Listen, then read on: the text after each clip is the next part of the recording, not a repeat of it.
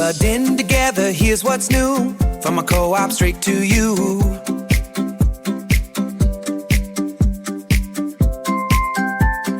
Helpful info to keep you in the loop.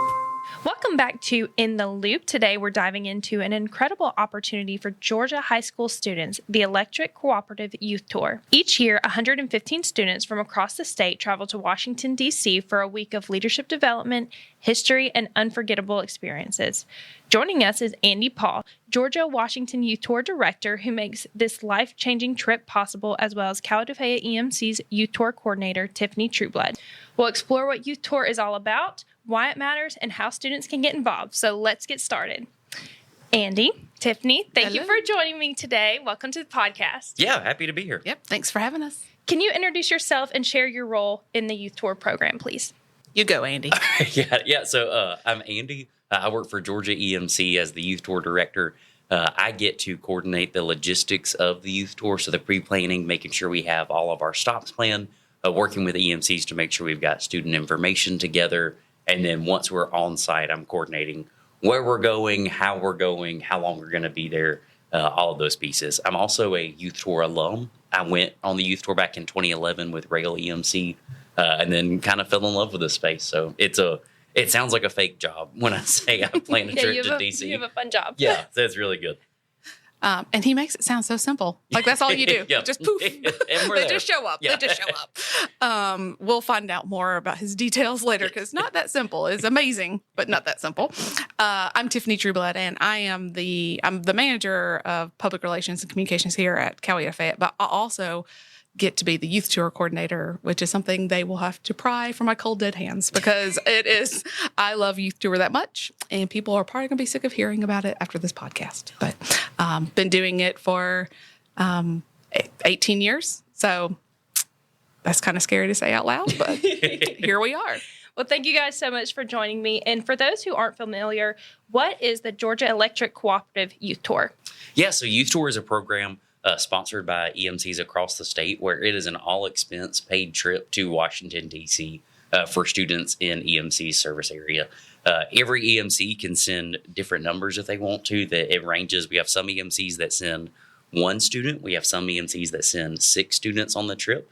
But it is an opportunity to go and see pretty much everything that Washington, D.C. has to offer. While we're in D.C., obviously, one of the main things we're talking about are leadership and advocacy.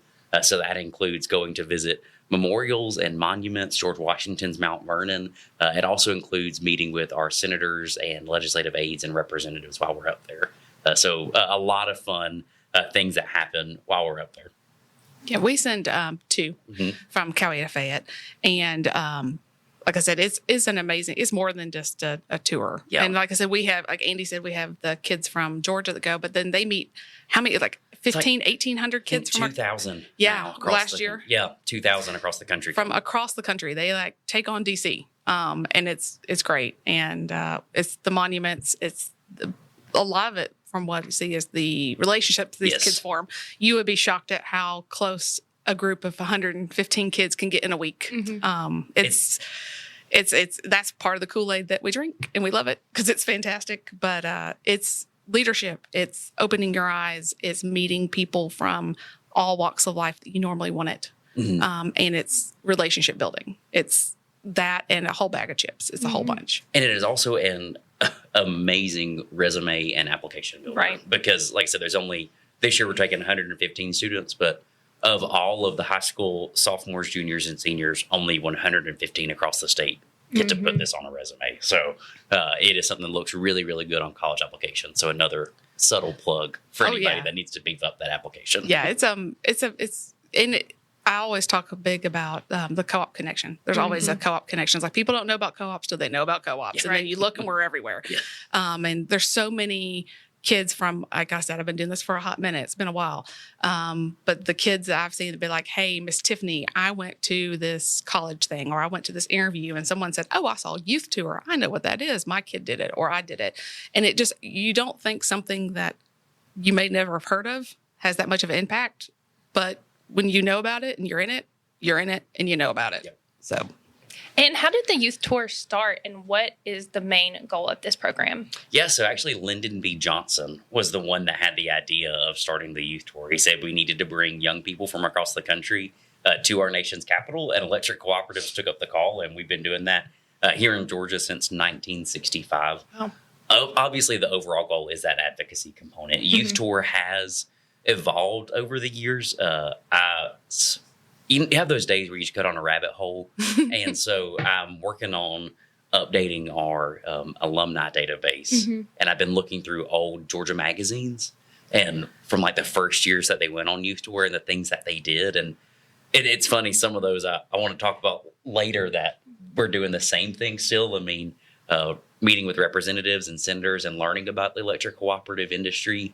I mean, so much of it there. I was looking at some previous articles, and the main goals were like here in Georgia, the Territory Act, like talking through advocacy for it, going to DC because air conditioning was coming and talking through pieces with that. That was a really good reason to go to DC. It was a great thing. Yeah, we needed it because if air conditioning wasn't there, I would quit. To be we would not be here. Yeah, main goal is advocacy and leadership for students across the state. And why do electric cooperatives invest in this program? Tiffany, I feel like you would be a better one to start from the local. Yeah. In every co-op, like Andy said, every co-op is different in how they select delegates. Some have requirements to be members, some don't. We do not. You do not have to be a cooperative member to go. You just have to live in our service area and go to one of the schools in our service area, so Coweta-Fayette. But you do have to be a member. And one of the reasons is just because someone is not a member right now doesn't mean that they won't be. And we want people to understand the cooperative business model. Even if you never are on co-op's lines, the cooperative business model is important to know. That's not, investor owned is not the only name in the game.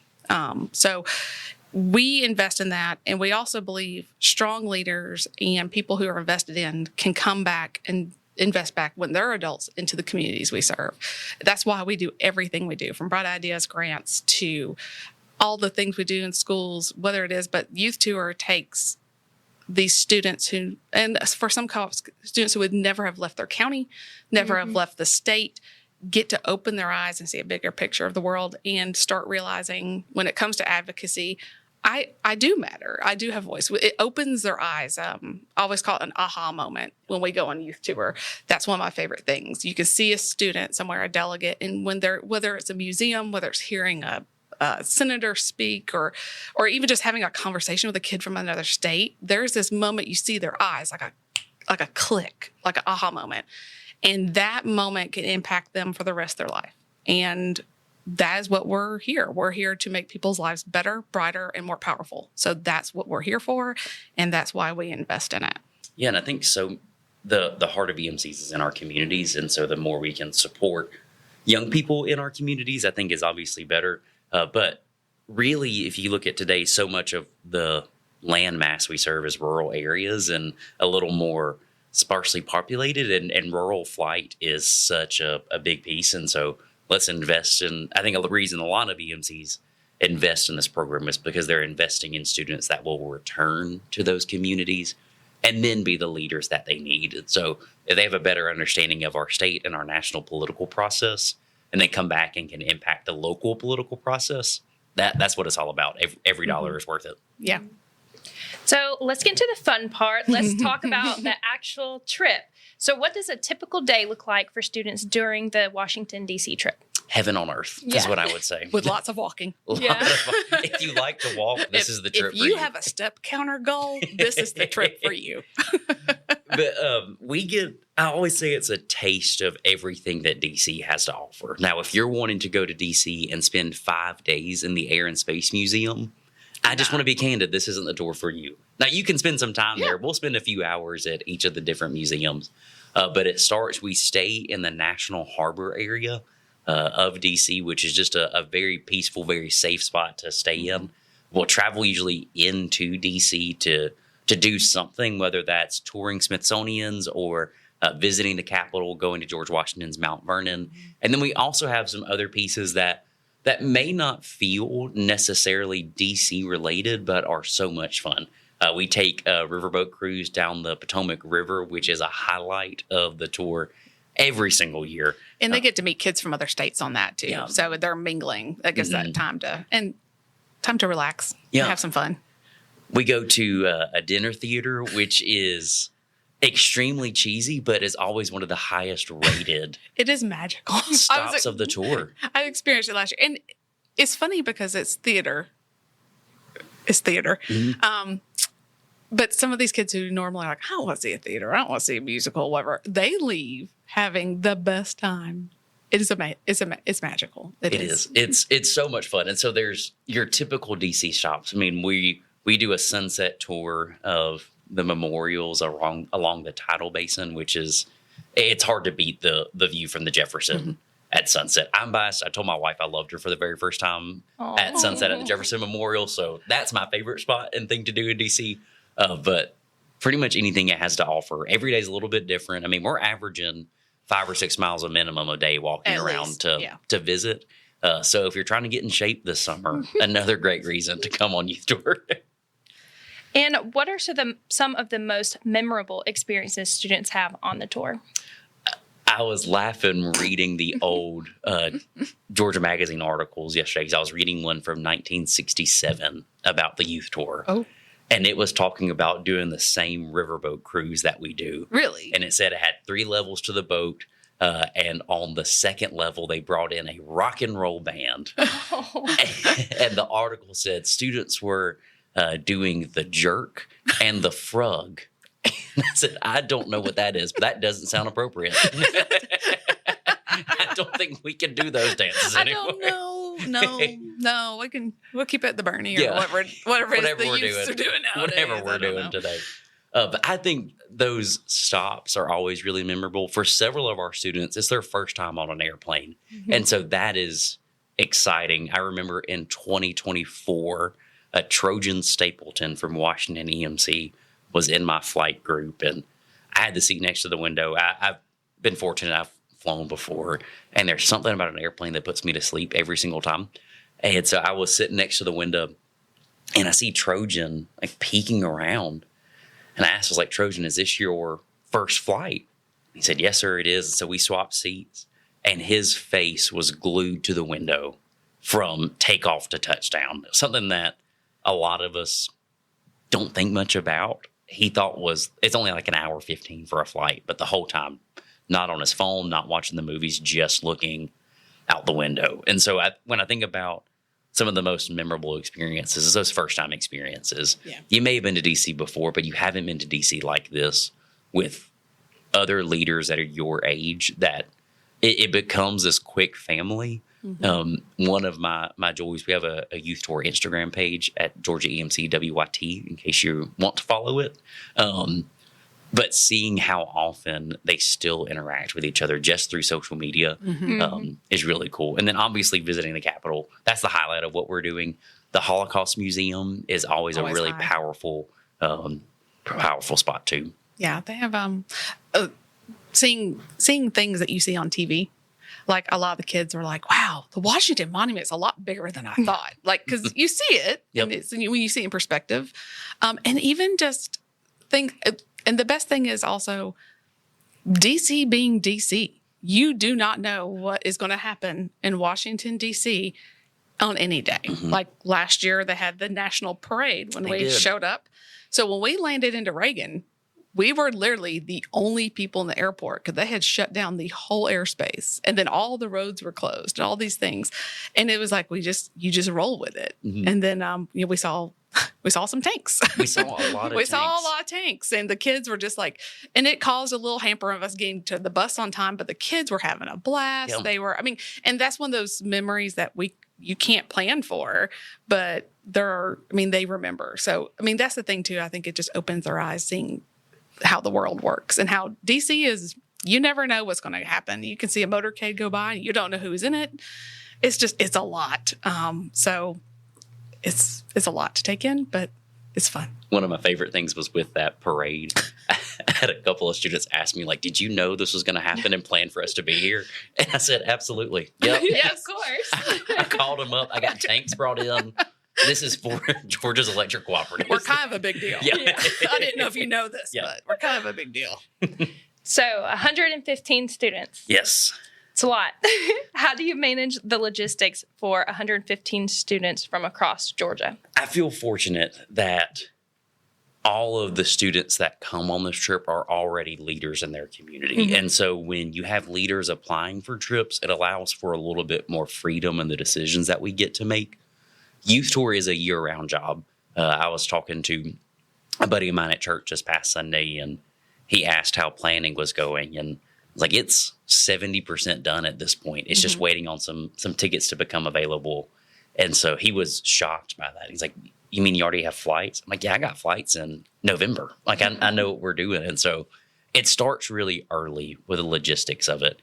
Now, once we are there, I heavily rely on chaperones to help me with the moving students part of it. And so, again, another shameless plug is we are always in need of chaperones. And so those can be EMC employees. So if you're listening to this and you work for an EMC, that makes you eligible to apply to be a chaperone. Educators can apply, and then Youth Tour alumni that are 25 years or older can apply. We have different jobs where we'll drop a chaperone at a crosswalk and make sure all of our students are making it across. Because for several of these students, I mean, myself included, I had never really had to use a crosswalk before I went to DC. I'm Oglethorpe County. We have one stoplight in the whole county. And so I grew up in a really rural spot in town. Every road does a crosswalk for you. Yeah. There weren't the lines. I was like, you're going to have to stop. They won't stop for me. So the beforehand is just getting all of the tickets secured, making sure that we're ready for it. A lot of the things we do year after year because they're such a success. But every now and again, we're trying something new. Like this year, I've got us tickets for a new exhibit called the Milken Center for Advancing the American Dream that I'm really excited about. And trying out different things with that. But once we're there, and I know Tiffany can speak to the role of a chaperone because I heavily rely on them for the logistics of physically moving them around. And the good thing is, too, if we have any parents listening, I know when you hear there's 115 kids in D.C. and you're like, oh, what about my baby? Mm-hmm. And I get that. I'm a mom. I totally get it. We go with enough chaperones that each, we have chap groups. Yes. And so each of us is responsible for our group of kids, like 5 or 6 kids, maybe sometimes 7. Depends on how the numbers fall. And so we are responsible for those kids. And then we also have the buddy system, goes in 3s. They will know that till they die. And, we take their safety that's paramount. We're always got our eyes on a swivel. We're always looking for things. Like if we see a kid that looks like they're lagging behind a little bit, if there's something wrong, any of us are like, hey, hang on, what's wrong? Are you okay? We're checking, especially if we go up there to DC and it's summer. We lucked out a little bit this year with weather, but then if it gets hot, we're making sure they're staying hydrated and blister, all the things that come with it. So the chaperone, we help. Andy does all the big high level stuff and gets us where we need to go, and he does all that. And then the chaperones, we are more, a little bit more on the individual, the lower level, just to make sure the kids are having a good time. I mean, I will say our chaperones are usually really fun. Yeah. We won't be there as much as they do. We're kind of old, but we all kind of have the maturity level of a 15-year-old at times. So we love the kids. We want to be there with the kids, and we want to make sure they're having a great time but safely. Yep. So if mama's out there listening, don't worry. We'll take care of them. You got you got mamas and daddies there. We're going to make sure they're okay. Yeah. And let's talk about the impact that the Youth Tour has on a student. What skills or experiences do students gain from participating? I think one of the coolest things, and I was thinking about this on the drive over here this morning, you could go on Youth Tour and talk to people who are from a similar area to you with a similar background and have a fine experience. But I think one of the biggest things of Youth Tour is you got folks from all across the state with different home lives, with different belief systems, with going to different schools, with different plans in the future. And it's this really unique kind of melting pot, an intense melting pot, because we're together so much for the week. And the opportunity to really get to know folks that aren't like you. And to be teetotally honest, folks, your paths may never cross with again in the future just because of your plans. But to develop a relationship with somebody who believes differently with you about life, I think is one of the greatest things. Another piece with Youth Tour that I truly believe is different. Georgia, I think, does it a little differently than some other states, but also other youth programs that may go to DC is the student choice and freedom that they have. It is a student-led trip, and so there are chances where if there's a group of 20 that says we want to go to the African American History and Culture Museum, that group can go. And another 10 can say we want to go to the American History Museum or the Natural History Museum. And so that freedom to decide how you spend your time, which I think is in the real world per se. I mean, they're living in the real world too, but but they're about to go to college. I mean, most of these kids are, they're about to be on their own. Yeah. So give them some choices. And then they're having to make sure their alarms go off in the morning because we have 115 kids. We talk about the logistics. Wheels are turning. I can't hold the bus and miss a stop if one person overslept. And so then it's up to them to wake up on time to help coordinate getting back with the tour. Obviously, you're getting some leadership development, communication skills, but I think that ability to choose and interact is probably the biggest thing. Yeah. I know we had our girls last year, Kalea and Demetria. Wonderful. Oh, the best. But Demetria tells, we did a podcast, shameless plug, go back and listen to it. But they came back and did a podcast with us after their trip. And one of the things Demetria said, she's like, it really helped me I'm an introvert, which you wouldn't really have known too much. I mean, she was a little quiet, but when she got in a group and she's like, it made me get out of my box and do things I normally wouldn't do, or talk to, like Andy said, talk to people I maybe not talk to and things. But over the years, I've seen kids go in who, you're in DC, so it's politics, but you do have kids like, I hate politics. I'm gonna have nothing to do. And next thing I know, they're a page at the house. Like, I'm like, what happened? They're like, well, I went on a youth tour and I saw this and I think I can do something. So, it just opens up eyes and doors. And like I said, I think it just gives kids that leg up, like Andy said earlier, on resumes too. Shameless plug for that. 115 kids, there's not a bunch. So. And do you guys have any inspiring stories from past participants you would like to share? This is not the reason to apply for Youth Tour, but I think it's a really cool story. Actually, a buddy of mine, Tyler Day, met his wife on Youth Tour. They were on the same bus, Tyler and Sarah Kate Day. That's where they first met. And so I just think that's cool. It shows, Tyler was from Maxey's, Georgia. Sarah Kate was down from Centilla REMC. So Alma, their paths wouldn't have crossed on a regular Wednesday, but on Youth Tour, it did. And so the chance to meet somebody, they've got a child now too. And it all started because of Youth Tour.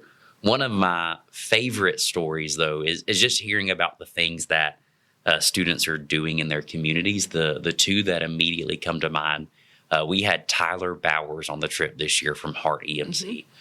Tyler is a very respectful and just a great young man. And he does a Christmas display every single year. Tyler's Christmas display over in Hartwell, where he's from. That's a free exhibit just for folks in his community to come and see the lights and have hot chocolate and a cookie. And my wife and I got to go, and it seemed like every single night this year there were some Youth Tour alum that had gone to visit, even if it wasn't close to them. So I think that's really cool. And then also the scope of Youth Tour and how it opens up doors. Jaden Daniel came from Tri-County EMC in 2023. Jaden started his own nonprofit called Baskets of Hope, and where he delivered Easter baskets to children in the foster care system.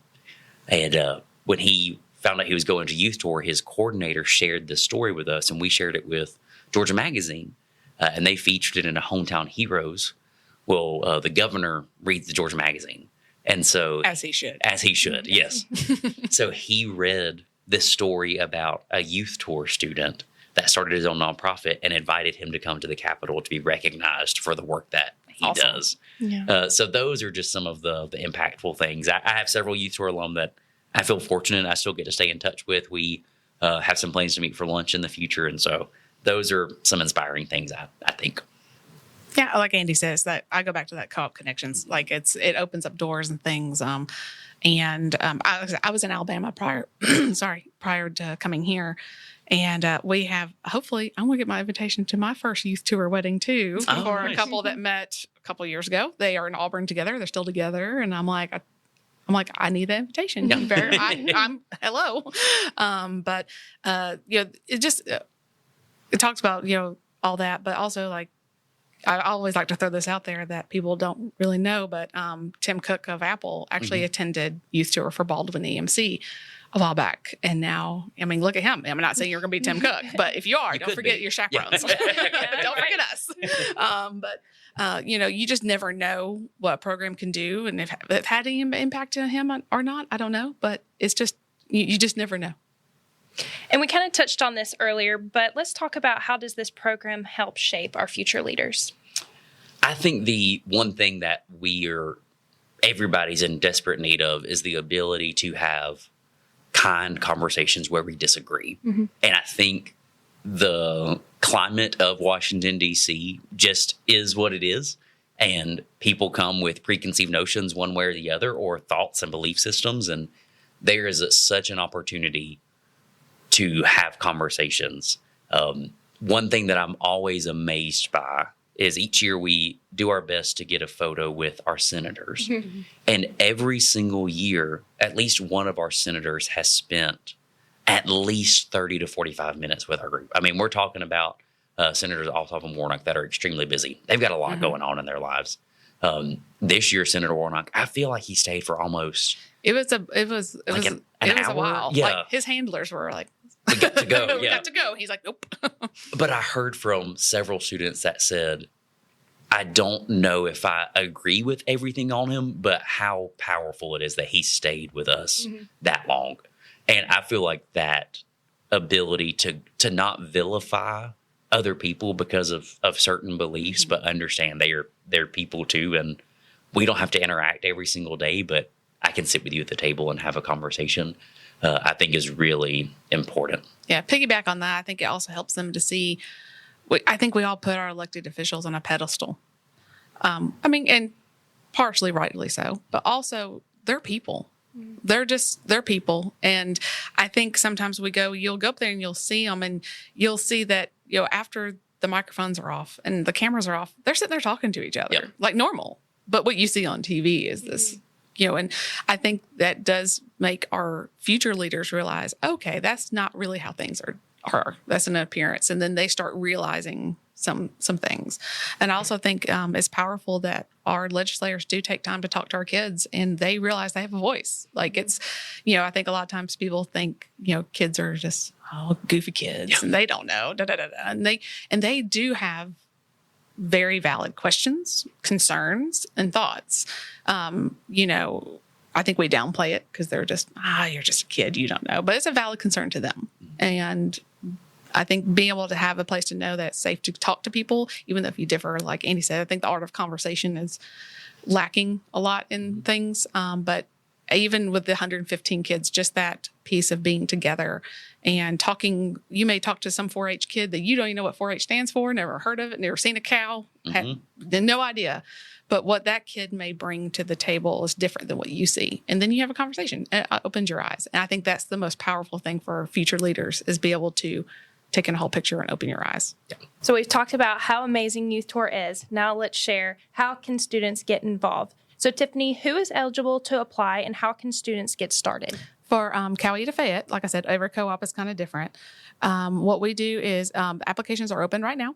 It is a very simple application. It is not hard. We're not trying to make this more difficult. Most of the kids that are applying for this, they have a full plate. They have a lot going on. So it's an application and there's an essay, and that is online on our website, utility.org. And then they do that. There's an essay. They turn that in. The deadline is February 13th because I have to have everything ready for Mr. Andy Paul over there. So all those plane tickets he's already bought, we can get everybody ready for. And then what we'll do is, depending on when we get those back, we will do interviews. And depending on the amount of applications, we may do in person. Last year we did, Zoom meetings, and that worked out really well with everybody's schedule. Like I said, they're very busy.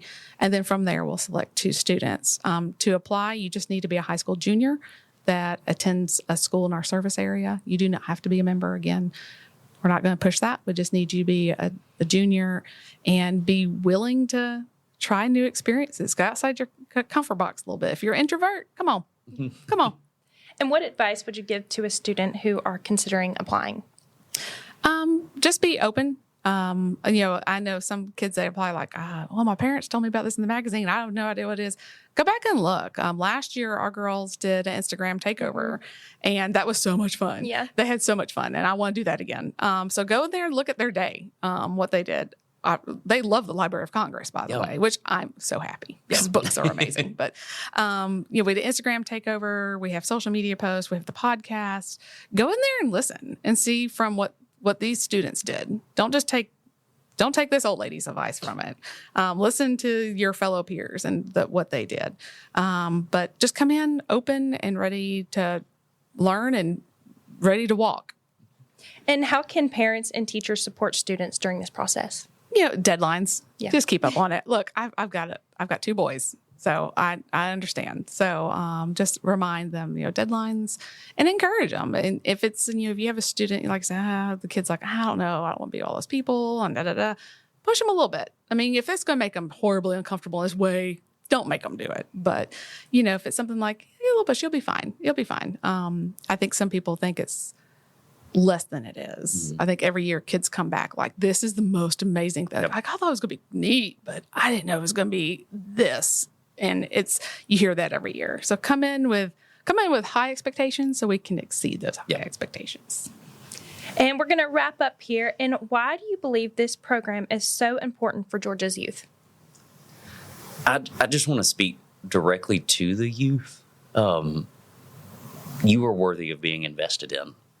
I think so often our youth here, like you don't understand yet, or you'll get this when you're older, which there is some truth in that. But there are EMCs across the state that are ready and excited to invest in you because you are worth it. And so I think that's why it's important to have somebody that's never met you before say you're worth this is so powerful and such a confidence builder. And so I know we've talked about so many reasons that Youth Tour is the best, and I know that I'm biased because it pays my bills. But you're worth it. If you're thinking about applying, just know you're worth it. Well, that wraps up today's episode of In the Loop, and a huge thank you to Andy Paul and Tiffany Trueblood for sharing all the details about the Georgia Electric Cooperative Youth Tour and for giving us a glimpse into a life-changing experiences that it has to offer students. To learn more about the program or to apply, please visit utility.org/Washington Youth Tour, and don't wait because applications are open now. Thanks for tuning in, and be sure to subscribe to In the Loop so you never miss an episode. Until next time, stay connected, stay informed, and stay in the loop.